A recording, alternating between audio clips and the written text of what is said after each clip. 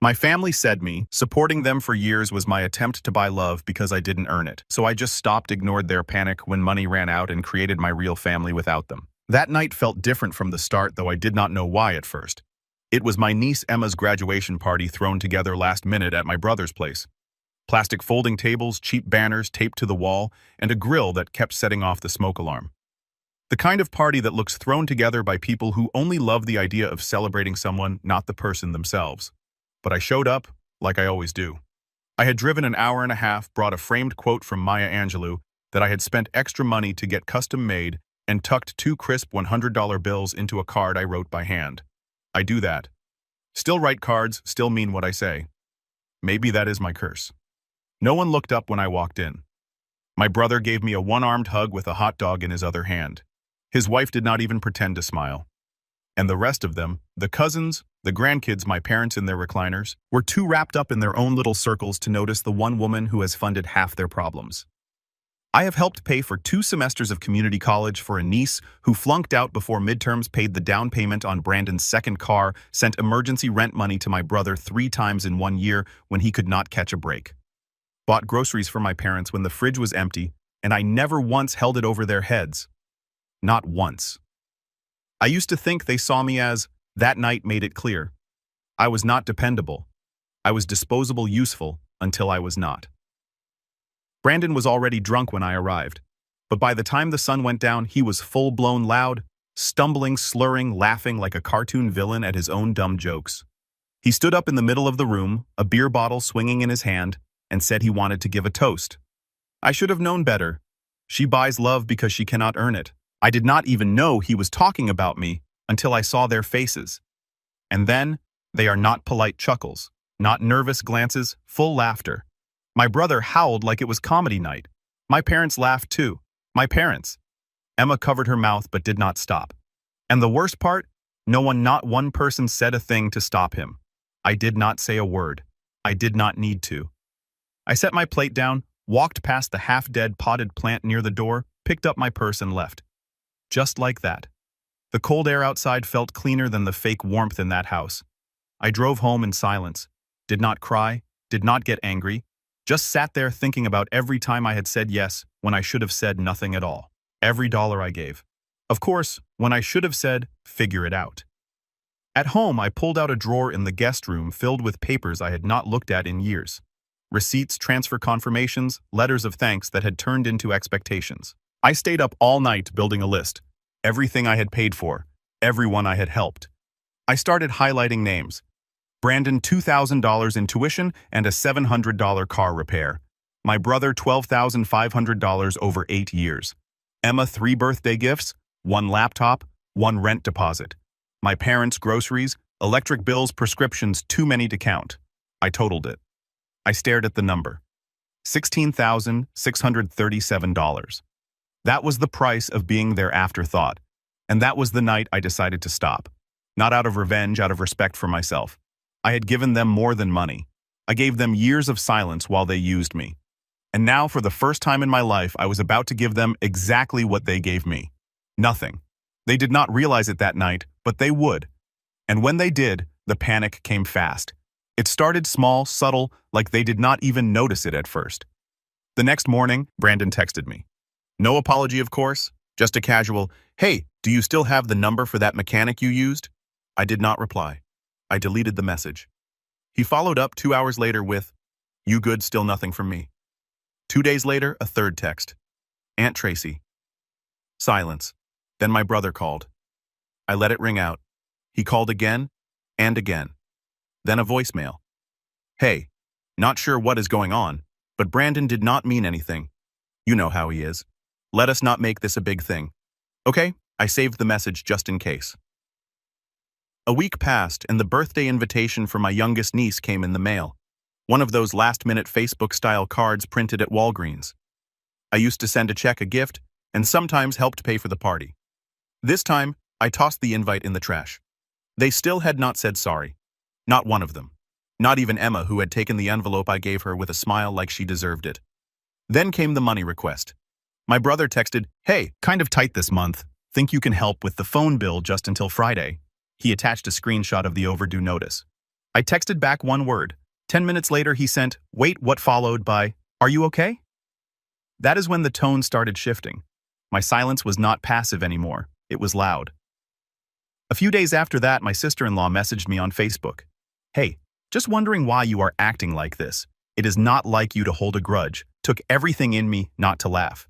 They thought I was acting differently, but I was finally acting like them. Brandon posted something on Instagram, a selfie with the caption, "Real ones only," and a little snake emoji. Subtle, but I knew it was aimed at me. He still owed me $700. I had reminded him 6 times in the past 2 years and always got some excuse. Now he was wearing $200 sneakers and calling me a snake. That week, my dad called. That one almost got me to pick up, but I did not. I let it go to voicemail. He did not leave one. A few days later, I got a group text from my brother. "Can we talk? We all feel like something is wrong and it is hurting the family. We miss you." I left it on read. The panic truly kicked in when the car insurance lapsed. I know because my niece called me crying. The same one who laughed at Brandon's little performance. She said they needed $300 by Friday or they would lose the car. She did not say sorry. She just said, "Please." I did not reply. That night, I heard from a cousin I had not spoken to in years, one I had loaned money to during her divorce. "Tracy, are you okay? Everyone is saying you are going through something." I almost responded, but I did not owe anyone an explanation. Let them sit in the silence. Let them feel the weight of the space I used to fill. And then just when I thought it might start to cool down, my phone exploded. Missed calls, voicemails, messages. Not just from family. From friends of the family, neighbors, even my church group. Apparently my brother had started telling people I was having some kind of breakdown, that I was isolating, that I needed help. I was not having a breakdown. I was waking up and they did not know it yet, but I was just getting started. I did not send the list out of anger. I sent it for clarity, a mirror. Let them see themselves. I printed each one neatly. No dramatic fonts, no angry notes, just their names, dates, and exact amounts I had given them over the years with totals at the bottom. I included interest, not because I expected to get paid back. I never would. It was to show them how far from supportive family they had drifted, how transactional it all had been. For Brandon, I included a copy of the bank transfer where I paid for his court fines, plus the check I wrote for his laptop that magically disappeared a week later. For Emma, I included the laptop receipt and the custom jewelry she once cried over, a gift she later sold online. I mailed them all out the same day. No note, no explanation, just the numbers. I did not hear anything for 3 days. Then the storm hit. First came my brother. He called me 17 times in one day, left 5 voicemails. He was livid. Said I was embarrassing the family, airing private things, and that I looked crazy. What he did not know was that I sent a copy to my parents too. My mother left me a voicemail saying she was shocked and did not remember asking for help that many times. My father did not call, but I know he saw it. Because the next day I got a letter in the mail, handwritten, 3 pages, rambling between guilt and denial. At the end, he asked me not to cut them off. Too late. I had already pulled my name off my parents' utility account. They had never bothered changing it when I started paying it. Just let me cover it like it was my responsibility. Emma tried the guilt approach, sent me a long text about how she was just a kid and did not know what Brandon would say. Said she did not laugh at me, just laughed because she was nervous. Asked if I could forgive her, then added almost like she forgot why she was reaching out. Also, did you see my Venmo? I am short on rent. I did not reply. The silence became my boundary, said everything. Then something happened that I did not expect. A cousin I had not spoken to in over 5 years, Monica, called me. She did not ask for money. She just said she got the letter and she had not realized how much I had been doing for everyone. She said she was sorry, not the fake kind, the kind you do not expect. She said she understood if I wanted distance, but she hoped I was okay. I did not know what to say to that. Then another surprise. A woman from the church I had not seen in months asked if I would be interested in joining their mentorship program for teens in foster care. She said they needed women with patience and stability, and that she thought of me. That stuck with me for days, longer than all the voicemails and texts from my family combined. While they were scrambling to fill the void I left, I realized something. I was ready to stop giving to people who only took. I wanted to give to someone who might actually need me. Someone who would not laugh at me in a room full of people who fed off my kindness. That is when I made the decision. I was going to adopt. Not because I was lonely, but because I still had love to give, and I refused to let it rot in a place where it was never appreciated. I did not walk into the adoption center with a plan. I walked in with curiosity, and maybe for the first time in a long time, with hope. It was not one of those clean, Instagram-worthy places. It was cramped, buzzing with outdated fluorescent lights and the soft echo of too many voices, but it felt honest. There were no fake smiles, just real kids and tired workers doing their best. I told the coordinator Melanie that I was not interested in a baby. I was not looking to start from scratch. I wanted kids who were older ones most people did not pick first. She smiled, not in a sweet way, more like she was surprised I meant it. She introduced me to David and Layla. David was 10, Layla was 8, siblings, had been in and out of 3 different foster homes. My parents overdosed 2 years ago. Nobody in the family stepped up. Their case file read like a crime novel, except it was not fiction. They were quiet at first, sat across from me at the table glancing at each other. I asked them if they liked puzzles. They shrugged. I said I hated puzzles. That got a tiny smile out of David. Layla asked if I liked dogs. I said I did not know, never had one. She said she hoped we could get one if I became their mom. I did not expect to feel anything right away, but I did. Not some magical connection. It was subtler than that, like the feeling of walking into a room that is messy but full of light. We met a few more times, always at the center, always supervised. Then one afternoon, Melanie asked if I wanted to take them for a weekend visit. It was fast, almost too fast, but I said yes. That weekend changed everything. Saturday morning, David asked if he could explore the garage. I let him. I heard tools clinking around for hours. Meanwhile, Layla followed me into the kitchen and started helping peel potatoes like she had been doing it forever. Sunday morning, I found David in the living room with something in his hands. It was a photo of my husband. It was not out in the open. It had been in a locked drawer in my desk. "How did you get that?" I asked. He shrugged. Said he picked the lock with a bobby pin he found in the garage like it was normal. I did not know whether to be impressed or disturbed. Then he said something that stopped me cold. "He looks kind. I think he would have liked us."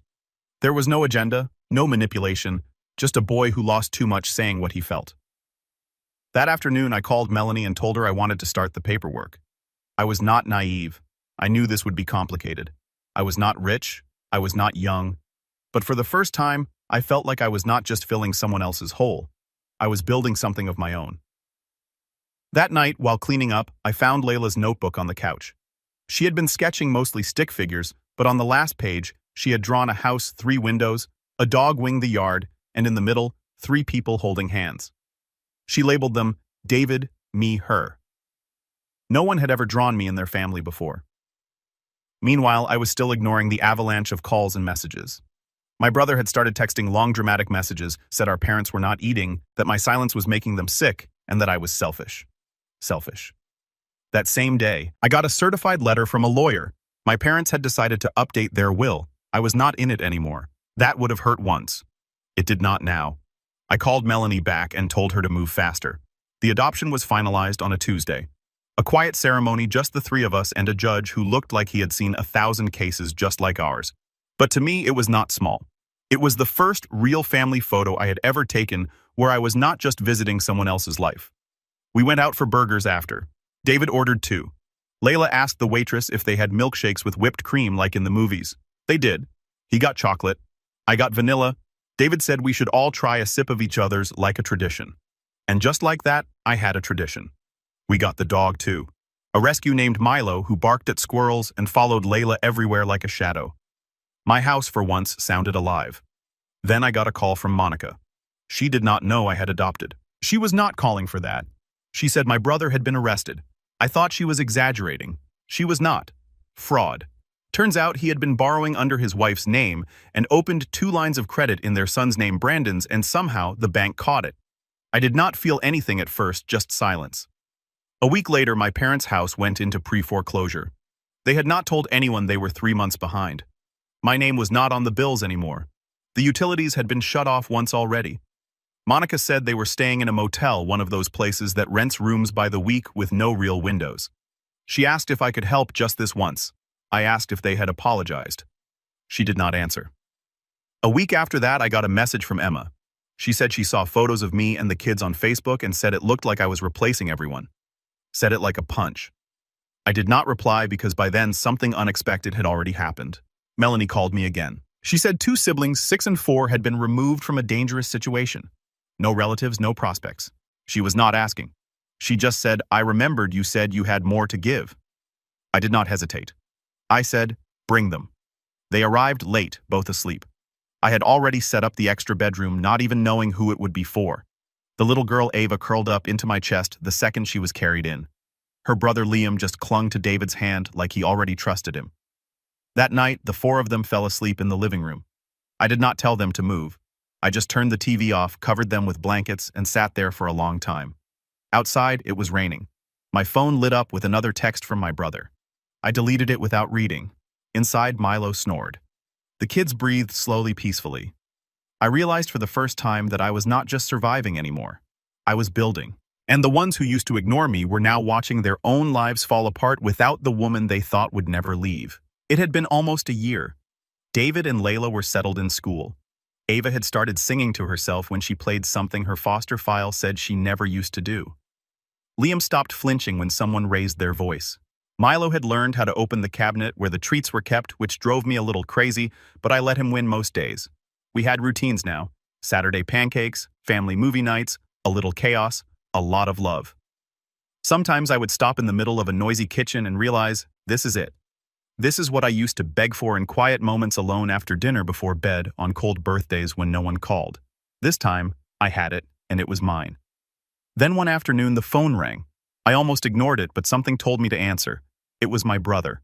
His voice was hoarse. He said he was not calling to ask for anything. He said he did not have anything left to ask with. He told me he was sorry that he had not understood what I did for all of them until it was gone. He said Mom had cried when the house was taken. He said Brandon had moved out and had not spoken to him since. He said that his wife was done. He used that word like it did not even belong to him. Then he said this: he missed my sister. I let the words sit there for a moment. Then I said, I have not gone anywhere. You just never looked at me. He was quiet. Then he asked if I would ever come visit. I said no, because I was not walking back into a room where I had already been humiliated. I was not bringing my kids into a place that once mocked me. I told him I forgave him, but I did not forget, and I meant it. That week I took the kids to the park. Layla made friends with another girl who was also adopted. David tried to climb a tree and got stuck halfway. Ava and Liam chased Milo across the grass, all of them yelling at once. I just watched, smiling, like a woman who knew exactly what it cost to build a life from ashes. My family did not fall apart because I left. They fell apart because they never learned how to stand on their own. I stood up. I walked away. I built something better, stronger. I was never the one who needed them. They were the ones who never understood who I was until I disappeared. And by the time they realized what they had lost, I had already found what I was meant to keep.